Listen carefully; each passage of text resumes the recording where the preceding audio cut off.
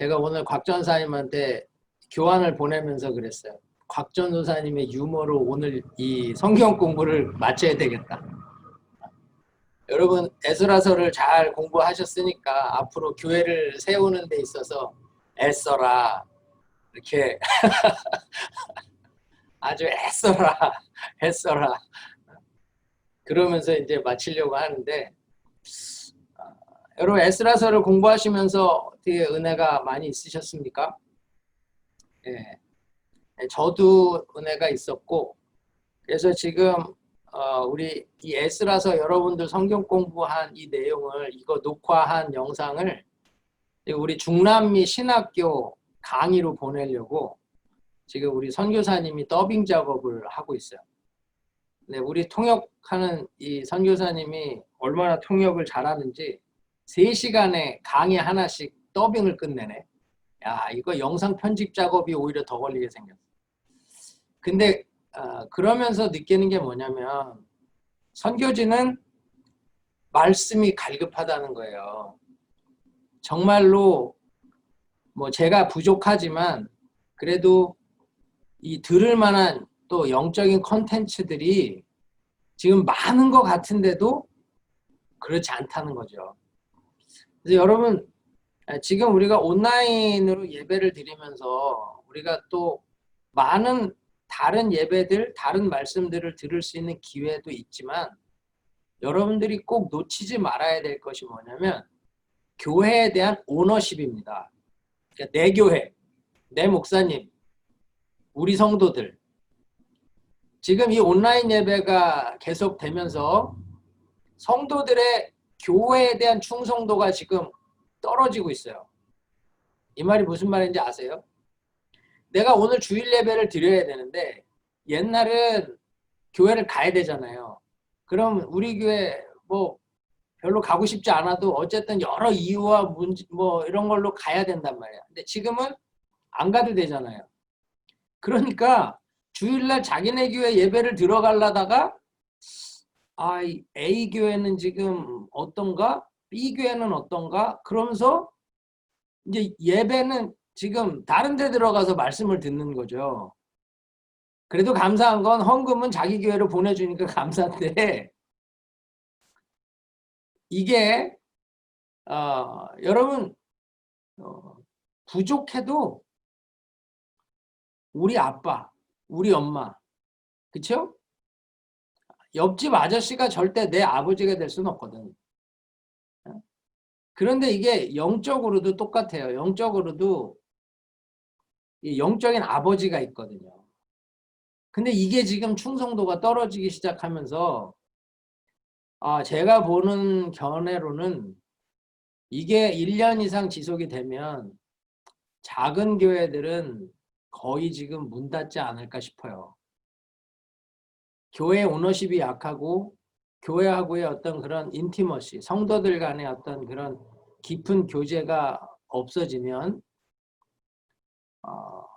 작은 교회들은 사실은 굉장히 위험할 겁니다.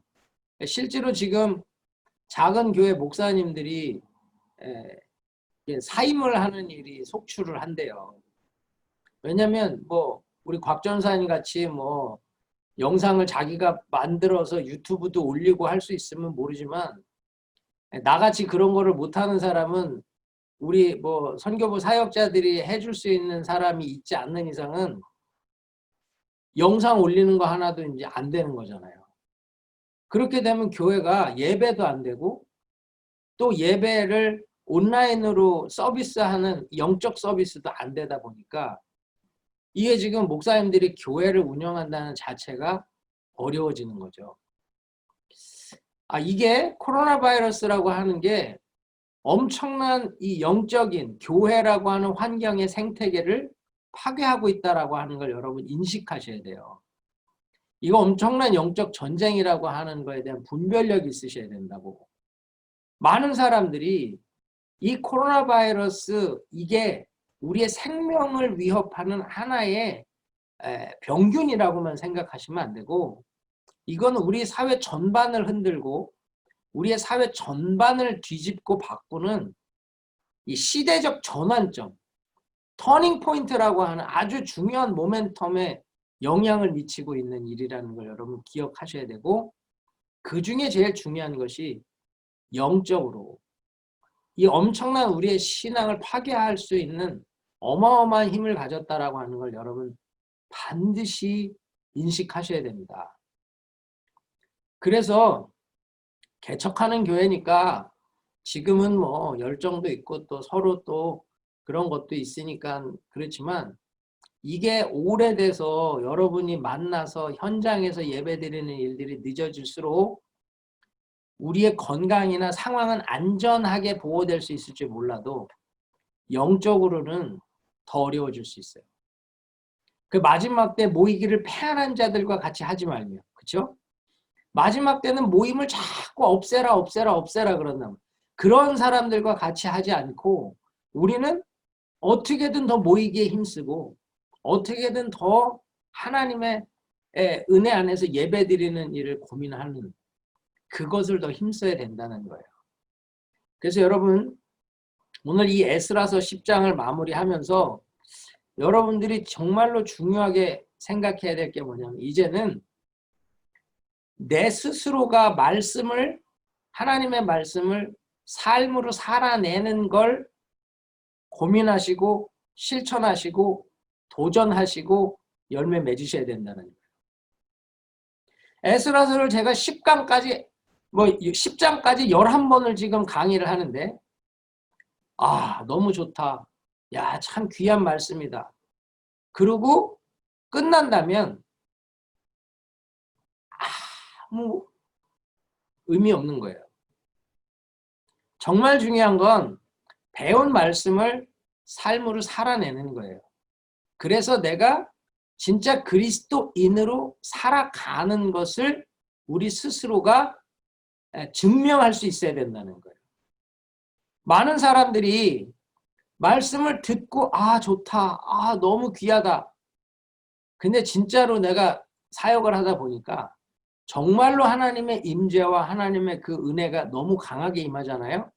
좋다는 말이 안 나와. 아무 말을 못하고 그 임재 안에 눌려서 자리를 떠나지 못해. 그냥 베드로가 여기가 좋사오니 초막셋을 짓고 여기가 좋은 그 고백밖에는 안 나오더라고. 그래서 여러분 진짜 이 에스라서를 마치면서 여러분들 안에 내가 어떻게 말씀을 삶으로 살아낼 건가, 이거에 대한 고민이 있어야 되고 이거에 대한 도전이 있으셔야 돼요. 그리고 내가 삶으로 살아낸다는 건 하나님 앞에 삶으로 드리는 예배가 되는 거예요. 우리는 교회 와서 드리는 예배, 그걸 예배로만 생각하지만 교회 와서 드리는 예배 못 드릴 사람이 어디 있어? 교회 와서 찬양 못할 사람이 어디 있고 교회 와서 기도 못할 사람이 어디 있어? 그렇죠? 근데 진짜 중요한 건 내가 삶의 현장 그 한가운데서 고난이 오고 핍박이 오고 정말 죽을 것 같은 고통이 와도 그 자리에서 내가 하나님을 찬양하고 하나님을 예배하고 내가 다 망할지라도 말씀대로 살아보겠다. 그런 거룩한 도전이 있고 실천이 있는 것. 이게 진짜 예배거든요. 제가 에스라서를 끝내면 느헤미야, 에스더로 이어져 갈까 했는데 갑자기 감동이 레위기를 해볼까? 절대로 안 읽는 책을? 막 그 마음이 드는 거예요. 왜? 이스라엘 백성들에게 가나안 땅에 들어가기도 전에 너희는 가나안 땅에 가면 이렇게 예배드려. 너희들이 가나안에 들어가는 목적은 예배야. 그래서 주신 레위기를 가지고 그 레위기의 말씀을 우리가 어떻게 삶으로 실천할 수 있을까? 이걸 해볼까? 왠지 압니까? 마지막 때예요, 지금. 모두가 다 마지막이라고 얘기해요. 그 마지막 때 우리의 성도들은 어떻게 준비가 돼야 되죠? 예배하는 자예요, 예배하는 자. 예배하는 자. 어떻게 하나님을 찬양하고 예배하는 것만이 아니라 진짜로 예배를 위해서 죽을 수 있는 것. 그래서 지금 사실 제일 고민해야 될 게 뭐냐면요. 교회들이 이 코로나 바이러스 상황 속에서 어떻게 살 수 있냐, 어떻게 극복할 수 있냐, 어떻게 회복할 수 있냐. 시선이 전부 땅으로 가 있어. 대부분의 목사님의 설교를 보면 다 땅이에요. 이 코로나 상황 속에 어떻게 먹고 살지? 어떻게 자식 기르지? 어떻게 미래를 준비하지? 어떻게 이 경제를 회복하지? 다 그거예요. 그런데 진짜 중요한 것은요. 제가 이 코로나 상황 속에서 고민하는 건 그거예요. 마지막 때라고 하면 우리가 마지막 주의 재림을 준비하는 문을 열고 들어가는 거라고 하면 지금은 멋지게 죽을 수 있는 걸 고민해야 될 때입니다. 정말 영광스럽게 죽을 수 있는 게 뭘까를 고민해야 될 때라고.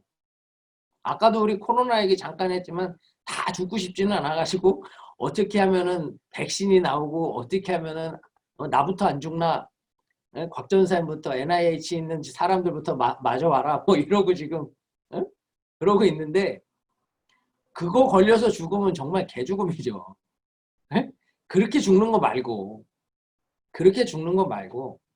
교회 문 닫아라. 교회 예배 드리지 마라. 아니 무슨 교회에서 예배 드리면 그럼 우리가 뭐 바이러스야? 안전수칙 지키고 해야 될 거는 행정 명령대로 다 해야죠. 우리 어머님이 어제 한국에서 이제 한국에 계신 어머님하고 통화를 했는데 어머님이 그래. 아니 식당 가면 뻐글뻐글한데 식당에서는 밥 먹을 때 마스크 쓰고 먹냐고. 뻐글뻐글한데 왜 교회만 예배드리지 말라 그러는지 모르겠다고. 이게 여러분 이거 영적으로 이해를 하셔야 돼요. 마지막 때 교회를 통제하기 위한 시작이라고 하는 거에 대한 인식을 가지셔야 된다고. 이제 통제사회로 가는 문이 열렸다고도 사회학자들은 평가를 합니다. 그 통제라고 하는 것이 어느 선까지 갈 거냐? 여러분들 제일 궁금한 666 짐승의 표를 받는 데까지 갈 거냐? 그래서 빌 게이츠가 뭐 이번에 뭐 한 의료 서비스 그 칩 넣는 게 또 뭐 666이냐? 아니 별소리들 많은데 여러분 진짜로 우리가 이제 멋있게 죽을 수 있는 걸 고민할 수 있으면 마지막 때 재림을 준비하는 제 삶은 완벽한 거예요. 우리는 죽음이라고 하는 것 앞에서 얼마나 내가 담대하고 당당할 수 있을까? 여러분 이거 정말 중요하다고요. 뭐 안 목사님 저렇게 얘기하지만 진짜로 죽음 앞에서 저렇게 당당할까? 나도 자신 없어. 그냥 한 방에 총으로 쏴서 죽이거나 칼로 목을 베서 죽는다면 나는 할렐루야 그 자리에서 순교할 수 있을 것 같은데 갑자기 묶어놓고 손톱을 빼고 뭐 가죽을 하나씩 벗기고 거꾸로 매달아서 코에다 고춧가루물을 붓고 나 이건 아플 것 같아. 솔직한 고백입니다. 하나님이 지켜주시지 않으면 못하는 거죠. 그러나 우리가 살아있는 동안에 그런 일이 있을지 없을지는 난 모르겠어. 그러나 분명한 건 벌써부터 교회 예배에 대한 핍박은 정부라고 하는 가장 강한 권력기구로부터 오고 있다는 거예요. 그러므로 우리는 지금 정말 말씀을 삶으로 살아내는 진짜 크리스찬들을 만들어 가야 될 때라는 거죠. 그냥 귀로 듣고 즐거운 거, 그래서 그냥 온갖 좋은 말씀 찾아다니고 온갖 귀를 즐겁게 하는 세미나, 컨퍼런스, 뭐 수련회, 수양회, 영성 프로그램 이제는 그거 아니에요. 하나님도 내가 아주 이사야서 1장에 얘기하듯이 아주 지긋지긋하다. 니네들의 예물 아주 신물난다. 그게 우리를 향한 말씀일지 모르잖아요. 그래서 여러분 오늘 이 에스라서를 마무리하면서 정말 말씀을 삶으로 살아내는 게 어떤 모습인지를 좀 보시면 좋을 것 같아요. 오늘 1절에 보면 에스라가 하나님의 성전 앞에 엎드려 울며 기도합니다. 자기가 죄진 것도 아니야. 자기가 이방 결혼한 것도 아니야. 그런데 이스라엘 백성들이 이렇게 이방 결혼한 거에 대해서 자기의 죄처럼 감정이입이 되고 회개하고 자복하죠. 여기서 이 기도하다라는 이 단어는 팔랄이라는 단어인데 인터분, 즉 중재하다 그런 의미예요. 그러니까 이 에스라가 기도한 그 기도는요. 중재 기도하는 하나님하고 이스라엘 사이 중간에 끼어들어가 우리 지난주에 살핀 것처럼 중보 기도자로 그 갈라진 틈에 들어가서 하나님 이 백성 살려주세요. 그것을 울며 자복하는 거예요. 그러니까 백성들이 크게 통곡해요. 회개가 전파되는 거죠. 이걸 뭐라 그래요? 부흥이라 그러는 거예요. 평양 장대현 교회에서 길선주 장로님이 내가 죄인입니다 라고 회개할 때 모두가 같이 회개하고 통곡한 그걸 우리는 평양 대부흥의 시작이라 그러죠. 부흥은 이 에스라 한 사람으로 가능하다는 거예요. 그래서 지난주에 말씀드린 것처럼 기도하는 한 사람이 기도하지 않는 한 나라보다 강한 겁니다. 여러분 글로리교회 한 교회가 기도하면 한 나라, 이 미국보다도 강할 수 있는 거예요. 그들이 하나님 앞에 통곡하죠. 근데 여러분 이 통곡의 의미를 잘 생각해 보셔야 돼. 이 회개의 통곡이 있고요. 후회의 통곡이 있어. 여러분 회개와 후회는 다릅니다. 많은 사람들이 아유 내가 그때 미쳤지 하지 말걸 껄껄껄 우리 맨날 하잖아요. 후회한다고. 그런데 여러분 후회는 그게 잘못이라고 하는 죄를 진단해요. 그러나 죄를 해결하지 못해. 코로나 키트가 있죠. 그 검사를 받으면 양성인지 음성인지 진단은 해. 그러나 고쳐요, 못 고쳐요? 못 고쳐요. 후회는 죄를 해결하지 못한다는 거예요. 그러나 회개는 죄를 해결할 수 없기 때문에 하나님 앞으로 나가는 거예요. 죄를 해결하실 수 있는 하나님 앞으로 나가는 것. 이게 회개라는 거죠. 그래서요. 후회는 맨날 해도 변화가 없어. 그러나 진정한 회개는 변화를 동반하죠. 여러분 후회를 하면요. 죄한테 당해요. 당한다는 거 아십니까? 뒤통수 맞는 거. 네. 후회하면 죄한테 당해. 가룟 유다도 자기가 예수님 팔고 잘못했다는 거 알았죠. 그래서 후회했단 말이야. 그래서 어떻게 해요? 죄한테 당하잖아. 그래서 자살하잖아요. 후회는 절대로 죄 문제를 해결 못해. 오히려 죄책감 때문에 그들이 갖는 그 길티 필링 때문에 오히려 죄한테 당해서 더 망가지는 거예요. 그런데 회개는 죄를 이겨요. 베드로 봐요. 뻔뻔하죠?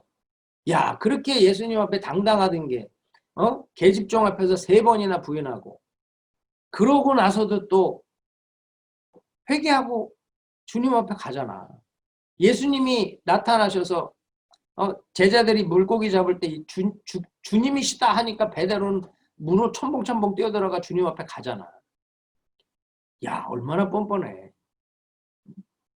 근데 여러분, 이 뻔뻔함이 나를 살리는 거예요. 이 뻔뻔함이. 많은 사람들이 죄지면 어때? 피해요. 여러분, 아담과 하와가 범죄하고 나서 어떻게 해요? 동산 나무 뒤로 숨잖아요. 그러니까 목사 피해 다니는 사람들은 죄인이야. 절대로 떳떳하면 피해 다닐 일이 없어. 설교 시간에도 눈 안 마주치고 앞사람 뒤통수 뒤에 숨거나 분명히 땅을 쳐다보고 있거나 이거 분명히 뭔가 죄인이라고. 그렇죠? 목사님이 전화해도 안 받는다. 이거 분명한 죄인이야. 이거 뭔가 찔리는 게 있는 거죠. 그렇죠? 그런데 회개라고 하는 건 그렇게 하나님 앞에 나갈 수 없는 사람인데 그 죄의 문제를 해결할 방법이 다른 데는 없어서 하나님께 나가는 거예요. 숨는 게 아니라 드러내는 거예요. 죄는 감추면 절대로 해결되지 않아요. 드러낼 때 해결되는 거예요. 마약이 중독됐다, 도박에 중독됐다, 음란에 중독됐다. 드러내야 고쳐지더라고. 숨어서는 안 돼요. 그래서 정말로 회개라는 건 방향전환입니다. 방향전환. 동산 나무 뒤로 숨는 데서 돌이켜 하나님을 향해 나가는 것. 죄를 숨기려고 하는 우리의 그 연약함을 내려놓고 뻔뻔하게 그 죄를 들고 하나님 앞에 나가는 것. 방향전환이 회개예요. 그래서 진정으로 회개하면 여러분 소망이 있는 겁니다. 여기 2절 말씀 보면 이 스가냐라는 사람이 에스라에게 말하죠. 우리가 우리 하나님께 범죄하여 죄에 대해 인정하잖아요. 이방 여자를 맞이하여 아내로 삼았으나 우리가 이방 결혼 자폰의 죄를 범했습니다. 그런데 뭐라 그래? 이스라엘에게 아직도 소망이 있나요? 왜 소망이 있어요? 죄를 자복하잖아요. 많은 백성이 함께 통곡하며 남녀 어린아이 노소를 망라해서 다 회개하는 우리에게 소망이 있지 않습니까? 그래서 여러분 진짜로 회개하면 소망이 있어요. 회개를 못하니까 소망이 없는 거예요. 이 땅이 왜 소망이 없죠? 회개를 안 하니까. 회개하면 소망이 있는 거예요. 그런데 진정한 회개는요, 아픔이 따라요. 고통이 따른다고. 왜 그래요? 3절에 보세요. 이 모든 아내와 그들의 소생을 다 내보내기로 우리가 우리 하나님과 언약을 세우고 율법대로 행할 것이라. 자기들이 지금 아내로 맞아서 아이까지 낳고 살았는데 그 아내와 그들의 소생. 야, 이건 너무 냉정하지 않아요? 자기 자식인데 그들의 소생이래. 내보낸대. 이게 쉬운 일일까요? 키우던 강아지를 입양을 보내도 고통스러워서 펑펑 울던데요. 그런데 자기가 같이 살고 자식까지 낳았어. 그러면 그게 얼마나 정이 있었겠어요. 그런데 그걸 다 내보낸다? 야, 이건 너무 잔인한 거 아니에요? 그런데 회개는 이렇게 철저히 삶으로 하는 거라는 거예요. 삶으로 하는 거. 아유, 목사님 내가 이제는 도박 안 하겠습니다. 말은 잘해. 다 말은. 그리고 얼마 있으면 라스베가스 가 있어. 이게요, 삶으로 내가 실천한다. 이거 쉬운 거 아니에요. 목사님 제가 새벽 예배 빠지지 않고 나오겠습니다. 쉽지 않다니까. 목사님 제가요 금식하며 기도할 겁니다. 쉽지 않아. 온갖 먹는 것만 생각나니까. 여러분 이게 입으로 하는 회개가 아니고 입으로 하는 결단이 아니고요. 삶으로 하고 삶으로 하는 회개, 삶으로 하는 결단은 엄청난 대가를 치러야 되기 때문에 힘든 거예요. 그래서 삶이 변화되는 게 어려운 겁니다. 나 익숙한 것을 끊어낸다는 게요. 이거 쉬운 거 아니에요. 여러분 지금 우리한테 목사님 저는 뭐 아내는커녕 결혼도 못 해봤는데요. 그런데 우리 아내는 이렇게 첩으로 얻은 것 같은 아내들이 다 있다니까. 다 있어요. 어떤 사람은 이게 담배일 수도 있고 이게 술일 수도 있고 이게 쇼핑일 수도 있고요. 이게 식탐일 수도 있고 내가 사랑하는 아내들이 다 있다니까. 내가 이것을 다 끊어낸다? 이거 쉬운 거 아니에요. 우리 남편들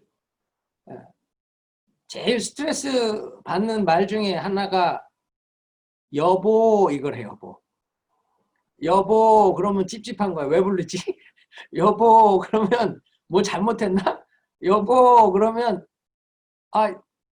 일단 뭘 시킬래나? 뭐 여러 가지로. 왜 그래? 아내가 원하는 대로 내 삶이 바뀌어지질 않아.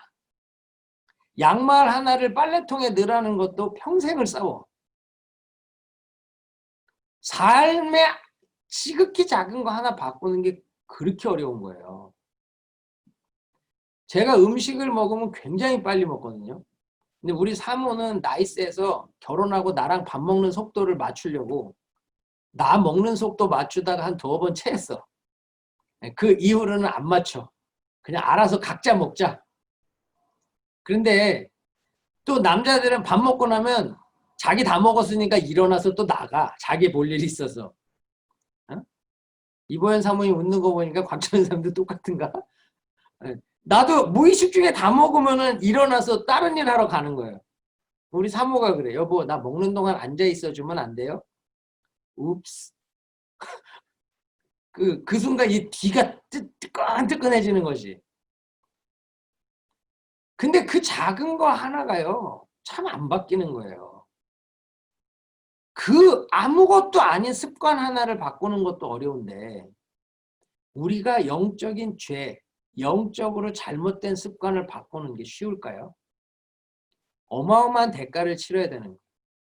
그래서 정말 멋있는 크리스찬이 드문 겁니다. 뭐 목사들도 어떤 성도가 와서 목사님, 우리 목사님 같은 분이 없다고. 진짜 어떻게 이렇게 귀한 목사님, 사모님 행복하시죠? 네가 살아봐라.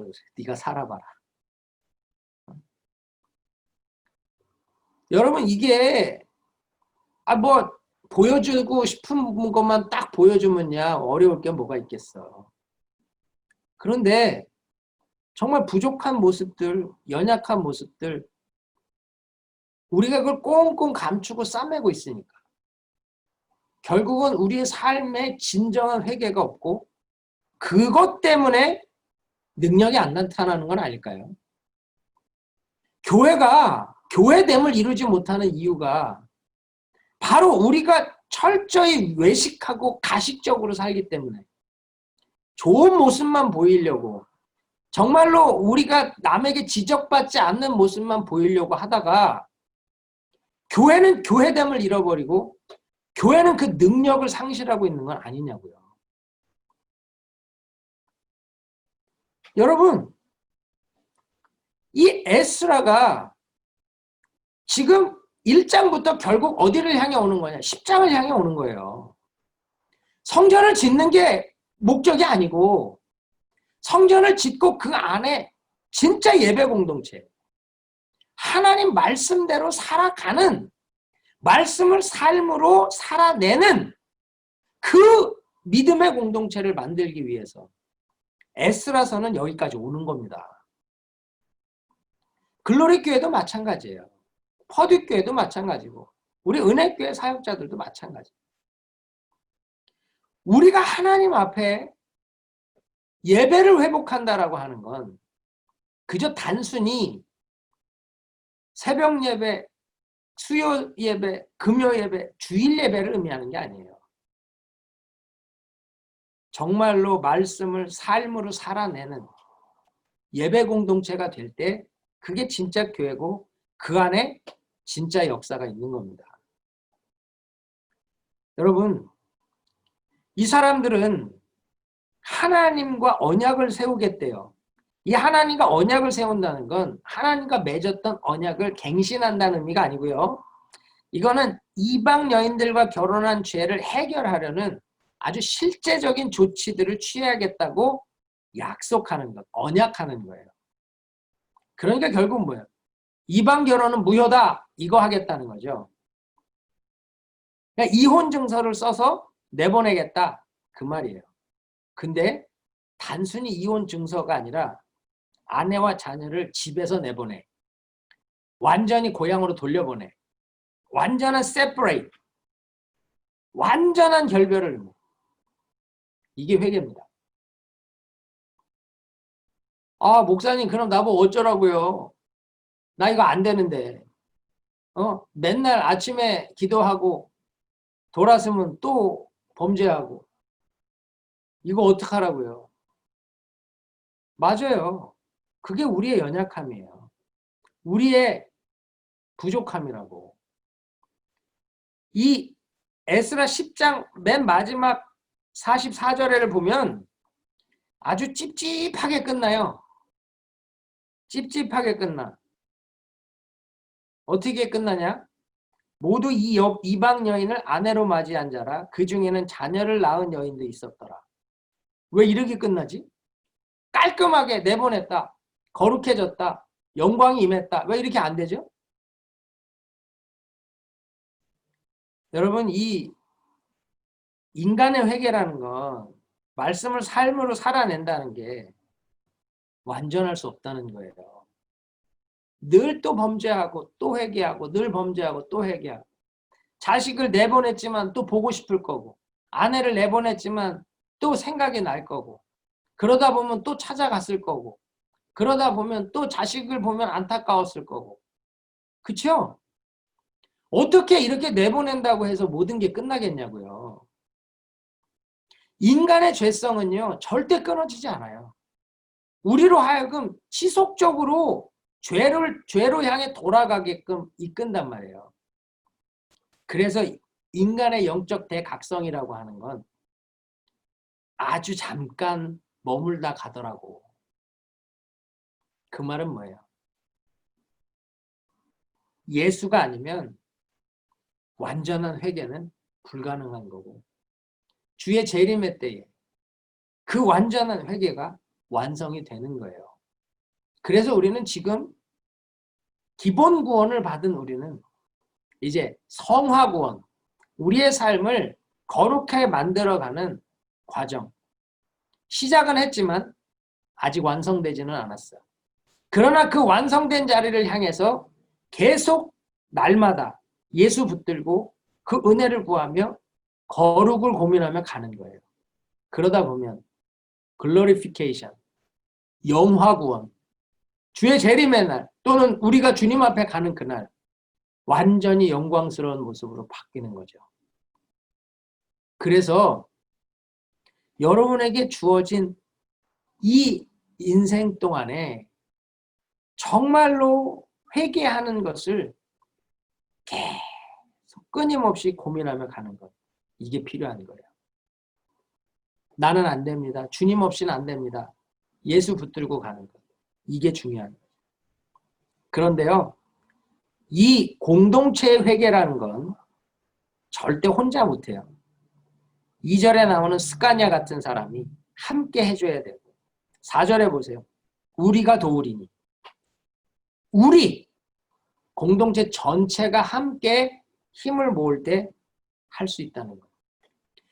글로리 교회가 정말로 강한 교회가 되길 원한다면 곽전도사님이 엎드려 울 때 여러분이 같이 울어야 돼. 곽전도사님이 어떤 일을 결정할 때 정말 통곡하며 은혜를 구하면 여러분들이 함께 통곡하며 은혜를 구하셔야 돼요. 그러면 영적 부흥, 어떤 일을 시작하든 거룩한 결과를 만들어낼 줄 믿습니다. 그래서요, 함께 해야 된다. 함께. 여기 지금 이 에스라에게 이 스가랴가 뭐라 그래요? 당신이 주장할 일이니 당신 할 일 하라고.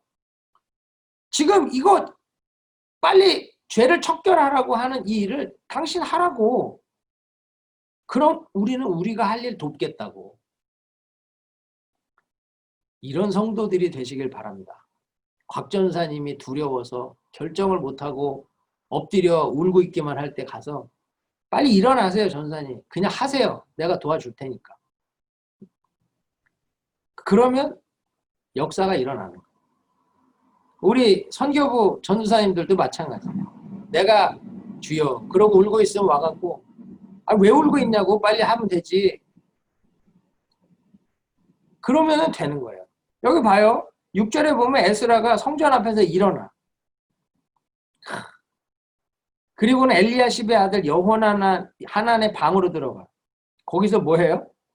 사로잡혔던 자들의 죄, 포로에서 귀한 데 온 이스라엘 백성들의 죄를 근심해서 음식도 먹지 아니하며 물도 마시지 아니하며 금식하며 기도하는 거예요. 성도들이 하라 그랬다고 버떡 일어나서 이제 합시다가 아니라 다시 하나님 앞에 들어가서 다시 금식하며 영적 계획을 준비하는 거예요. 기도와 성령을 앞서지 않는, 의욕만 갖고 하는 게 아니라 하나님 앞에 기도해서 하나님으로부터 계획을 받고 어떻게 진행을 해야 될지에 대한 지혜를 얻는 것, 이거를 갖는다는 거예요. 그리고 나서 이제 사람들을 모으죠. 동역자들의 순종과 헌신을 통해 협력의 선을 이루어가고 있다는 거예요. 그때에 9절에 보면 이 사람들이 모여있을 이때 9째 달 20일, 이게 우리 달력으로 하면은 이게 11월, 12월, 예, 우기죠, 우기. 이스라엘의 우기.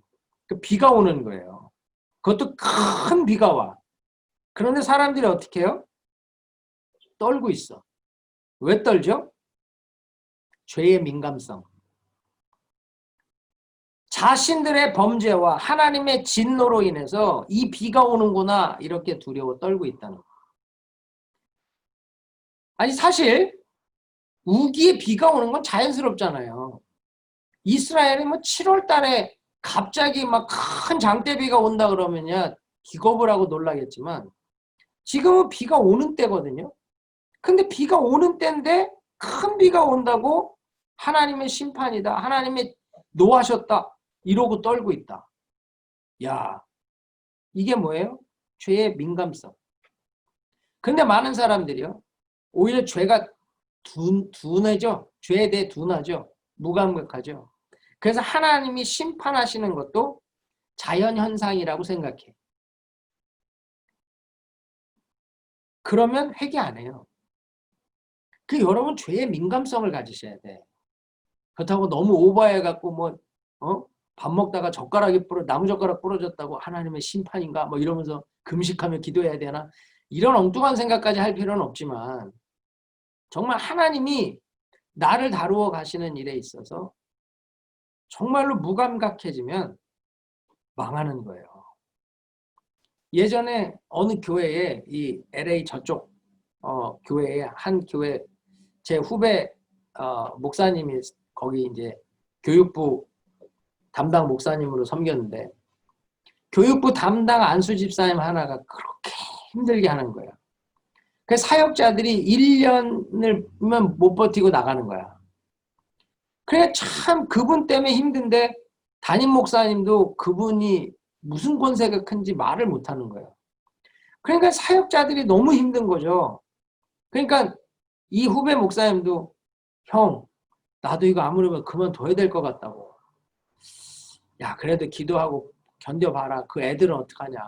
근데 어느 날 갑자기 이 안수 집사님 차가 프리웨이에서 뒤집어졌어. 차가 이렇게 뒤집어졌는데 멀쩡한 거예요. 그때 교회에서 사람들은 다 뭐라고 얘기했을까? 하나님의 사인이다. 하나님의 사인. 저분이 깨닫고 회개하면 좋겠다. 근데 그분은 뭐라 그럴까? 이 재앙 중에도 나를 건지신 놀라우신 하나님. 그래서 그 교인들이 다 알았대. 아, 저분은 절대 회개를 못할 뿐이구나. 보세요. 본인만 모르는 거야, 본인만. 모두가 말을 못하고 있을 뿐이지. 이건 하나님의 사인인데, 깨달으라는 사인인데, 본인은 그걸 환난 중에도 건져주신 하나님으로 이해를 하니 무슨 변화가 있겠어요. 그래서 진짜 축복은요, 하나님이 너 그럼 망해, 너 그럼 죽어, 지적해 주실 수 있는 것, 이게 축복이에요. 여러분, 목사님들이 여러분들에게 우리 곽 전사님이 글로리교회 성도님들한테 집사님 그럼 망해, 그럼 하나님한테 벌 받는다, 그때 교회가 여기밖에 없냐 그러고 딴 데 가면 안 돼. 나에게 그 말을 해줄 수 있는 사람이 한 사람이라도 있다라고 하는, 그것도 주의 종이라고 하면 축복입니다. 누가 그런 얘기를 해주겠어. 요즘 다 성도 한 명이 귀하고 우리 교회에 한 사람이 더 오는 게 소망인데 싫은 소리 해서 나가면 어떡해. 그러다 보니까 목사님들부터도 다 젠틀하고 나이스하고 거슬리지 않고 그냥 귀에 듣기 좋은 말만 해주고, 뭔가 잘못을 했어도 알아듣지도 못할 만큼 돌려서 얘기를 하니 이게 참 어렵지 않겠습니까? 곽 전사님은 나하고 있어서 아마 할 소리 다 할 거예요. 여러분들 그걸 축복이라고 생각하시라고. 진짜 이거는요, 마지막 때 누군가 나에게 영적으로 지적을 해줄 수 있는 사람이 있으면 축복입니다. 듣기 싫은 건 잠깐이지만 심판은 영원한 거예요. 내가 잠깐 듣기 싫은 소리 듣기 싫다고 해서 그 영원한 심판 앞에 서면 어떡할 거예요? 죄에 대한 민감성을 가지고 반응하세요. 그게 진짜 중요한 거예요. 에스라가 얘기하죠. 10절에 보면 너희가 범죄하여 이방 여자를 아내로 삼아 이스라엘의 죄를 더하게 하였습니다. 너희들의 죄에 대해서 분명하게 지적을 하죠. 그러면서 뭐라 그래? 결단을 촉구해.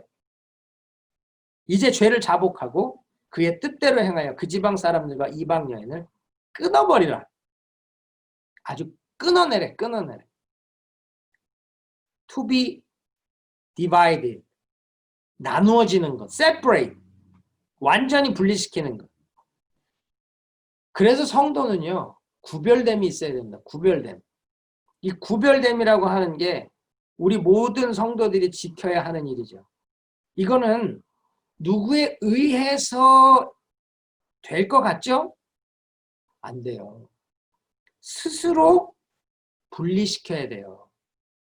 이 지금 에스라가 끊어버리라는 말은 내가 지금 너희들에게 명령하니까 내 말에 순종해라가 아니고요.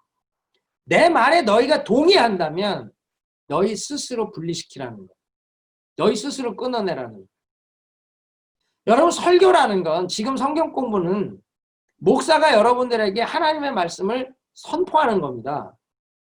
근데 이 말씀이 여러분들에게 동의가 된다면 그 다음부터의 실천은 여러분 각자의 몫이에요. 그래서 신앙생활은 누가 해주는 게 아니고 내 스스로가 해나가는 거예요. 여러분, 선포되는 말씀 동의가 되잖아. 아, 그래, 맞아. 이렇게 해야 돼. 그렇다면 그 다음부터는 내 스스로가 분리시키는, 거룩해지는, 구별되는 이 삶을 살아야 된다는 거예요. 그렇다고 이 11절 말씀이 이혼을 합리화하는 구절이 될 수는 없어요. 이거 갖다가 또 붙여서 나는 이 불신 아내와 불신 남편과 이혼하겠습니다. 그러면 안 돼. 왜요? 신약에서 바울이 뭐라 그래? 믿지 않는 자 중에 아내가 남편이 이혼하길 원하면 해줘. 그렇지만 그렇지 않다면 그와 함께 있어 복음 전해서 그가 예수 믿게 될지 누가 아냐? 그렇죠? 그러니까 이혼을 합리화하는 데 써먹으라는 말이 아니고 내 스스로가 거룩을 이루고 내 스스로가 예배자가 되기 위해 스스로 죄에서 분리시키고 거룩한 일을 해나가라는 거예요. 여러분들 안에 이 은혜가 있길 축복합니다. 그래서 글로리 교회는, 정말 글로리 교회는 그 지역에서 구별된 교회가 되기를 원해요. 아, 저 교회 진짜 세상 말로 하면 정말 꼴통 같다. 그렇지만 돌아서면 저게 교회지. 저게 진짜 교회야. 사람들은 그렇게 얘기하거든요.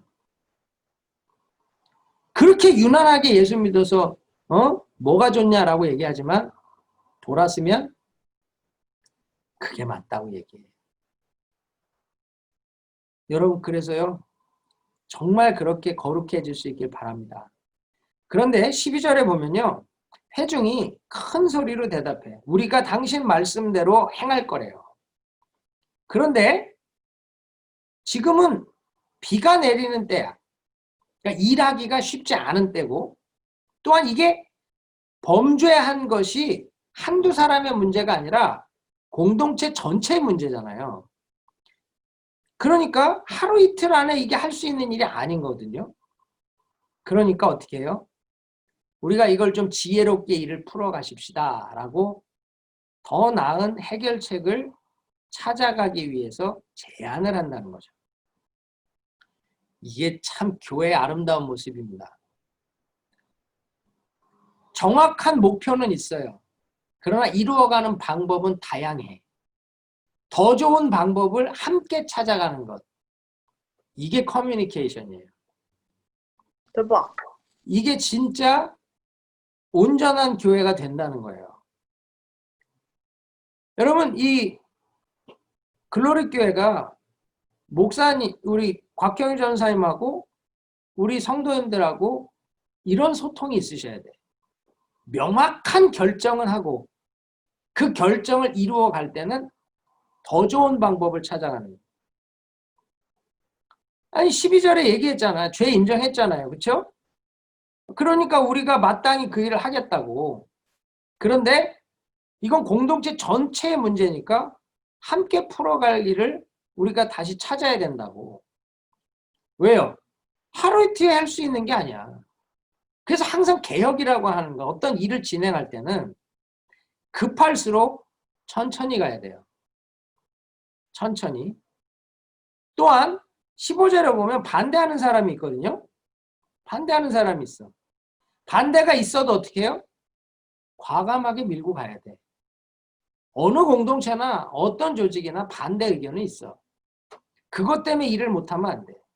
분명히 해야 될 일이면 밀고 가야 돼.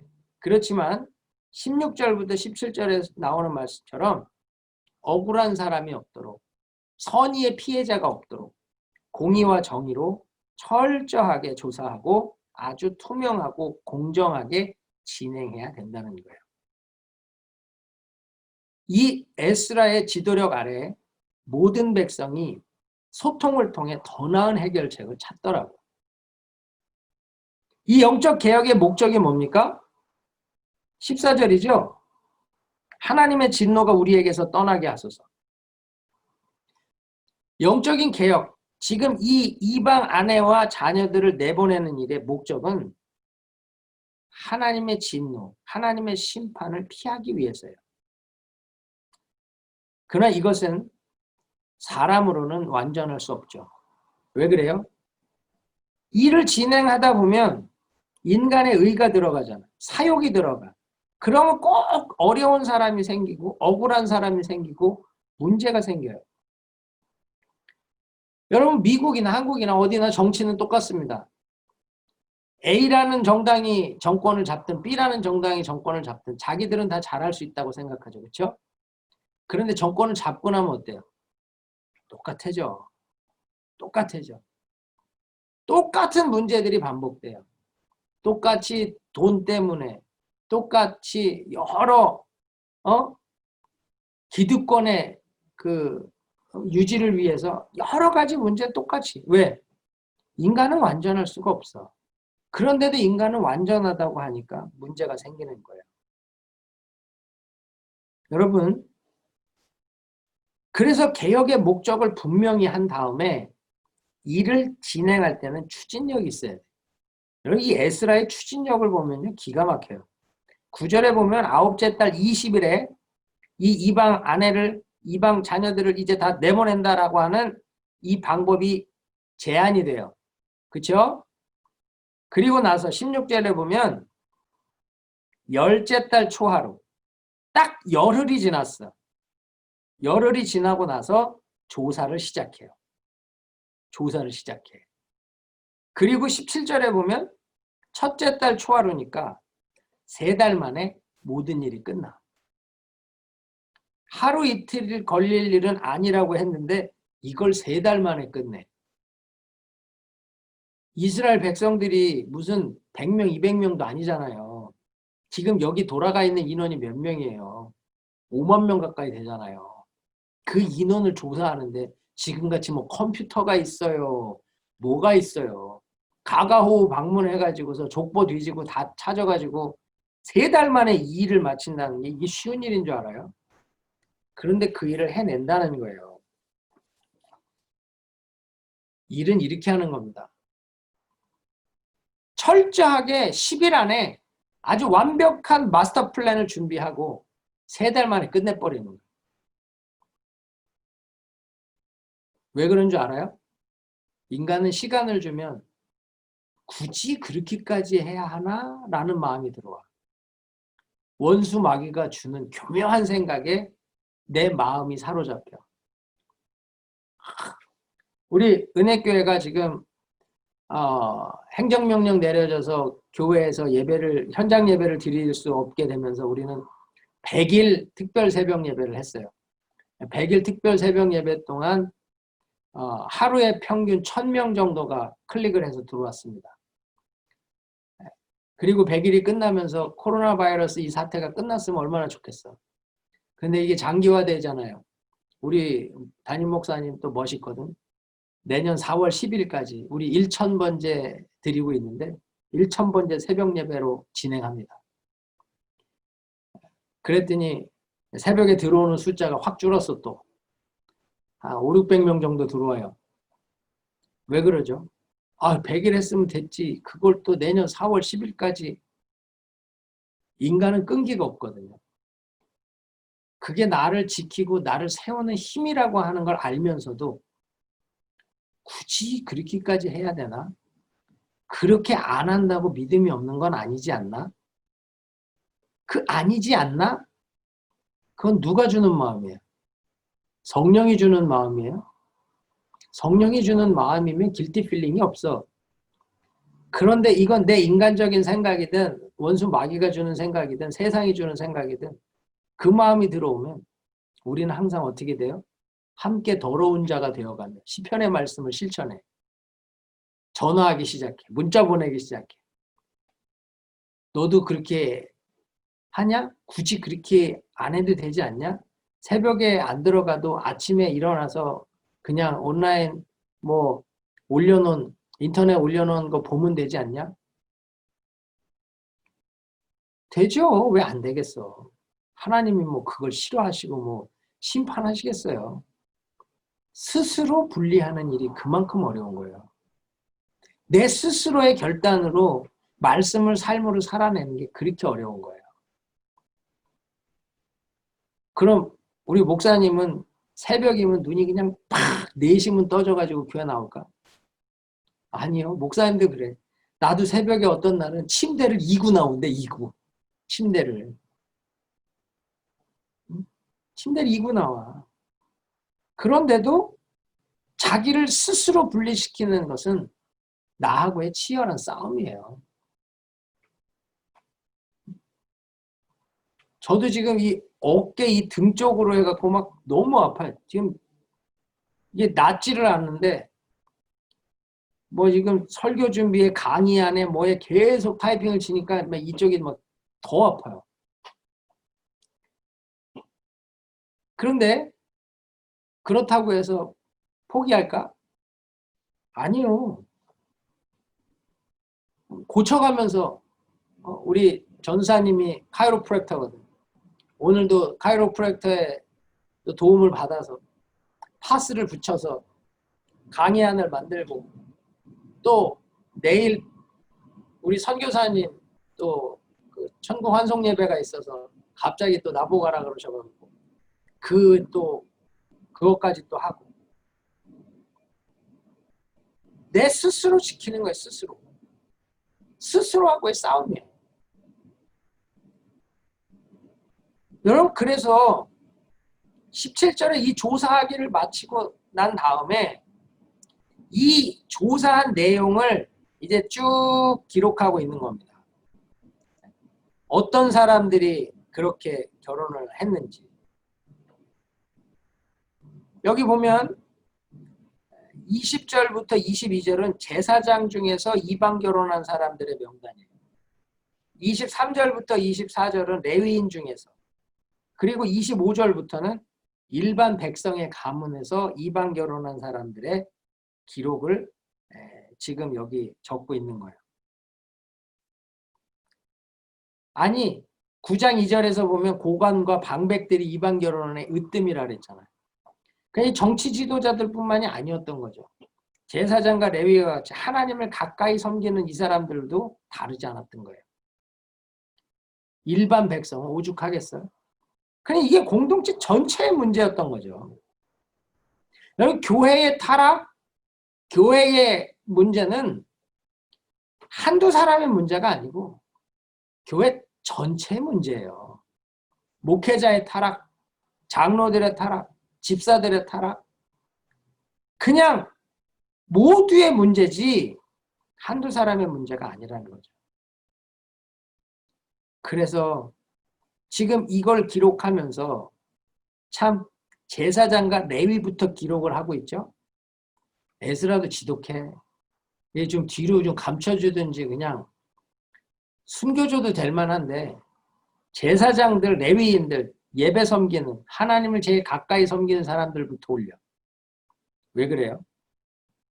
에스겔서 9장 6절에 보면 하나님이 심판을 하시는데 내 성소에서 시작할지니라. 가장 가까운 데서부터 심판해.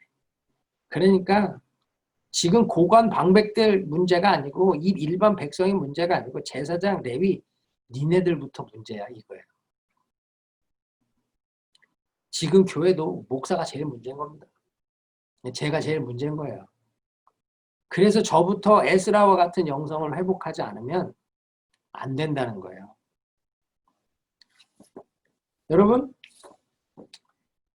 이 에스라서는 그래서 44절에 모두 이방 여인을 아내로 맞이한 자라. 그 중에는 자녀를 낳은 여인도 있었더라. 찝찝하게 끝내요.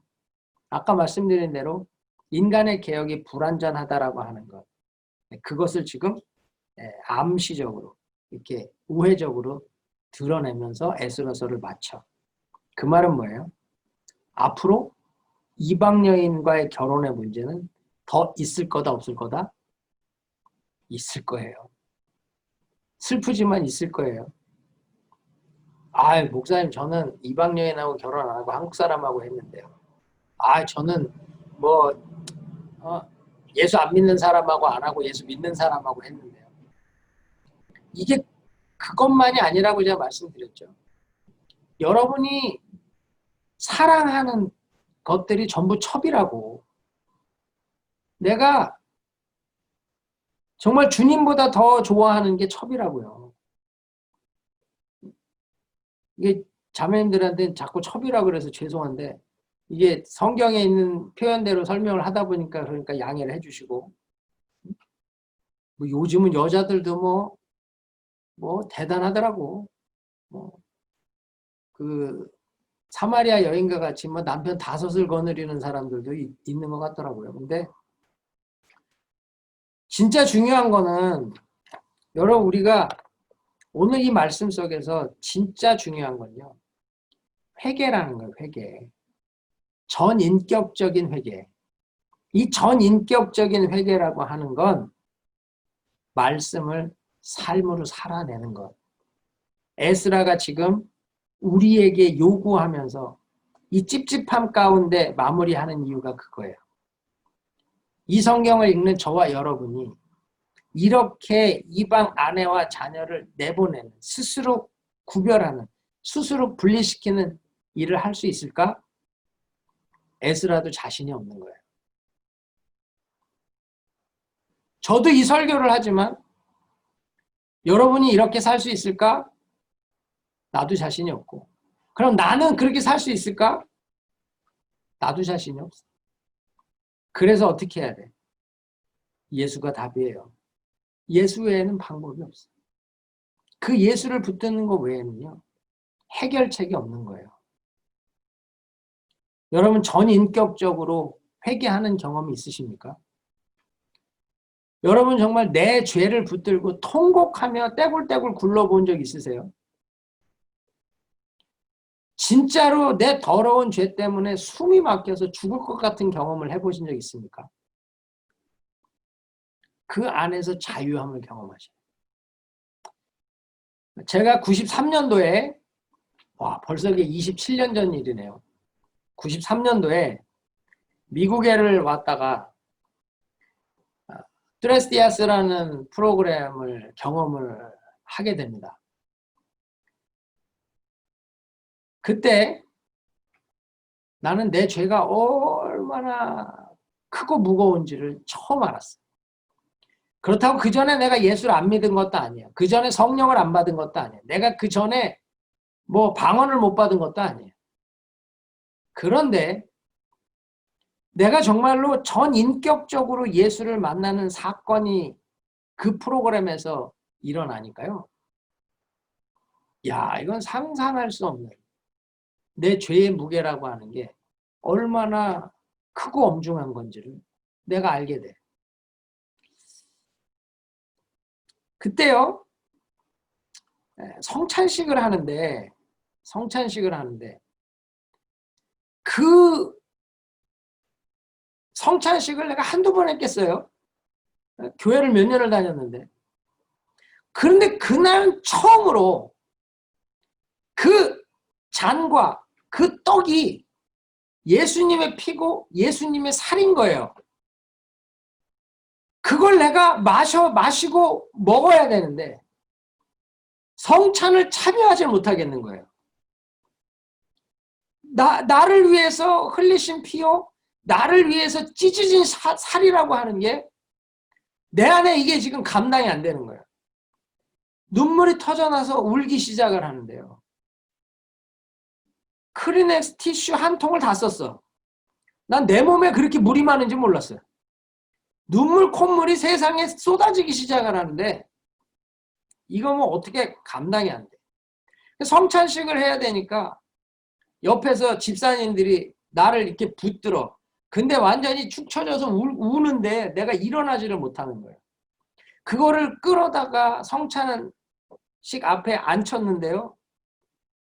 먹지를 못하겠는 거예요. 주의 피예요, 피. 내 죄 때문에 죽으신 피. 목사님이 먹으래. 그래야 네 죄가 사함받는 거. 그게 예수의 피가 너의 생명이 된다는데 나 때문에 죽으신 주님의 피를 내가 어떻게 먹냐고. 정말로 눈물을 흘리며 그 잔을 마시고 떡을 떼는데 나 때문에 찢으신 살이라고 하는 그것이요.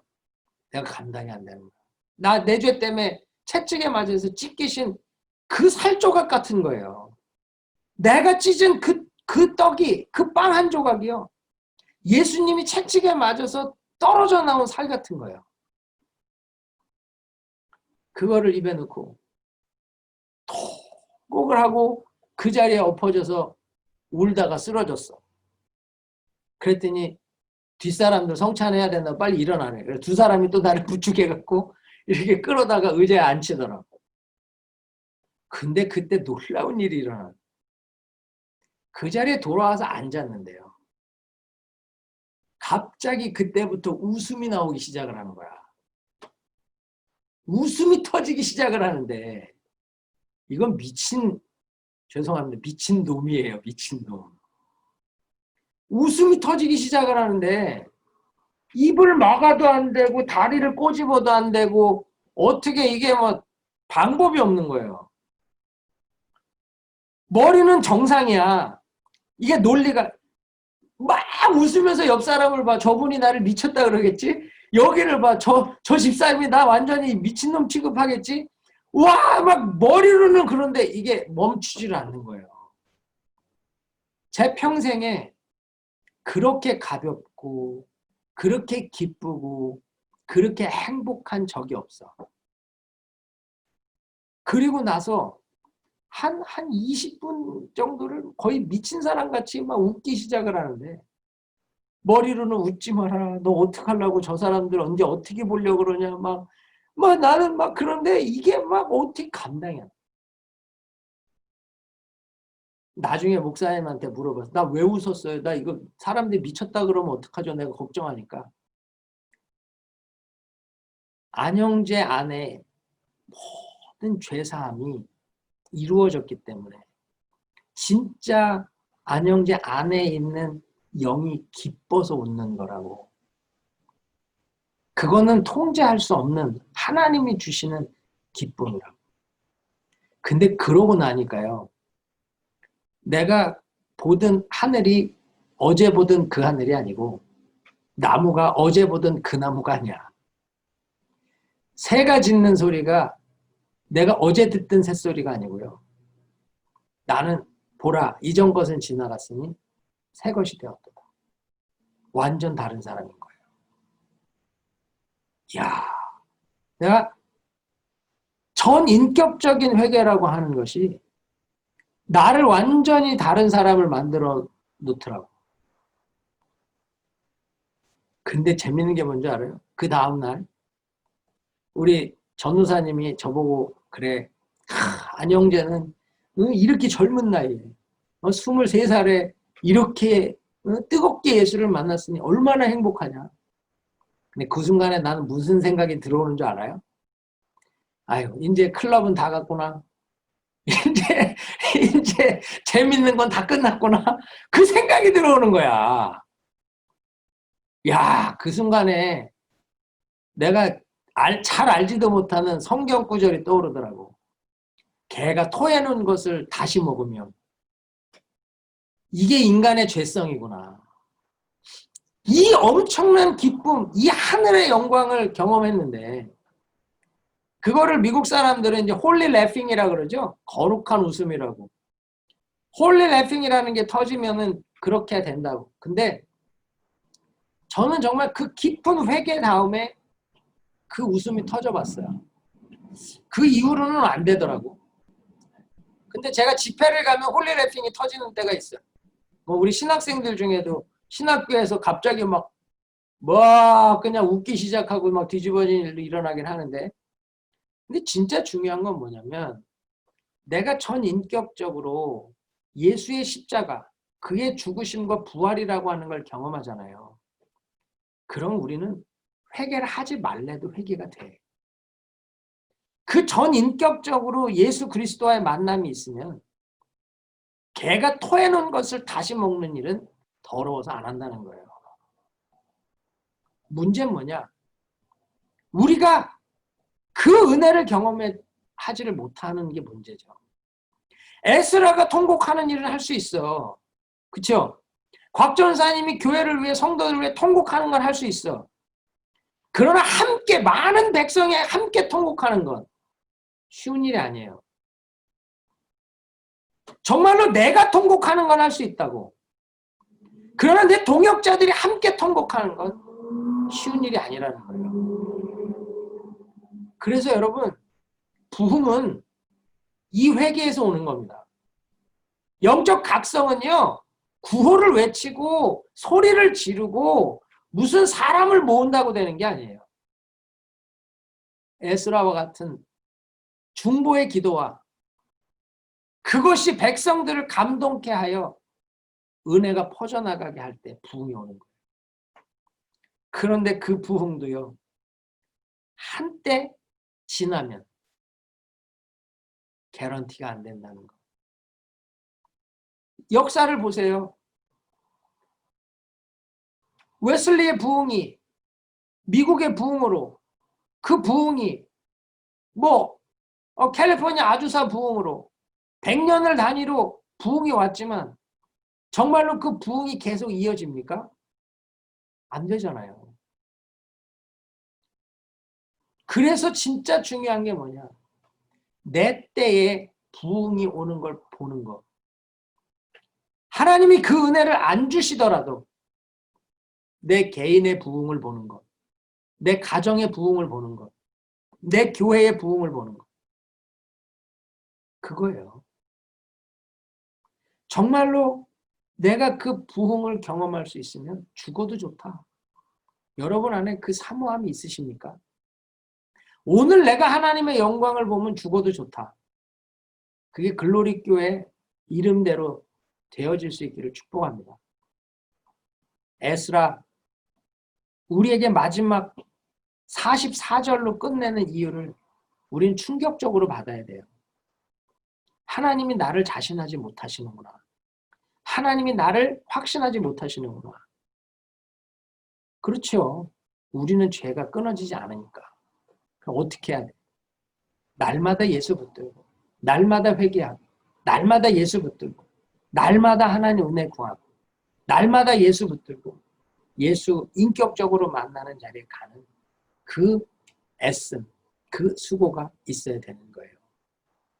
우리 글로리 교회, 또 우리 퍼디 교회, 우리 은혜 교회 모든 하나님의 종들 정말로 깊은 영적 회개, 그 각성이 각자의 심령에 이루어져서 주변으로 퍼져가고 더 풍성하고 거룩한 열매를 맺는 귀한 은혜의 길을 축원합니다.